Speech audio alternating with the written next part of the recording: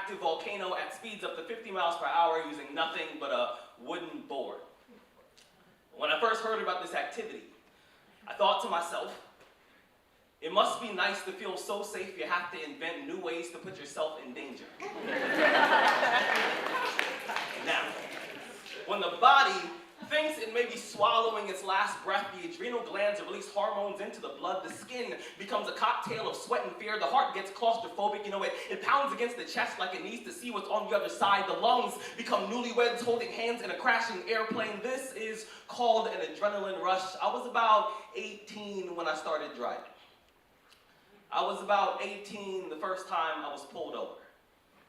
The officer spilled his lights all over my rearview mirror. He splashed out of his car with his hand already on his weapon, looked at me the way a tsunami looks at a beach house, and I could tell that he's the kind of man who brings a gun to a food fight. He called me son, and I thought to myself, that's an interesting way of pronouncing boy. He asked for my license registration, wants to know what I'm doing in this neighborhood, if the car is stolen, if I have any drugs. And most days, y'all, I know how to grab my voice, and I know how to swing it like a hammer, but instead, I picked it up like a shard of glass, scared of what might happen if I didn't hold on to it carefully, because I know that this much melanin and that uniform is a plot line to a film that can easily end with a chalk outline baptism, me trying to make a body bag look stylish for the camera, and becoming the newest coat in a closet full of RIP hashtags. Once, a friend of a friend asked me why there weren't more black people in the X Games, and I said, you don't get it.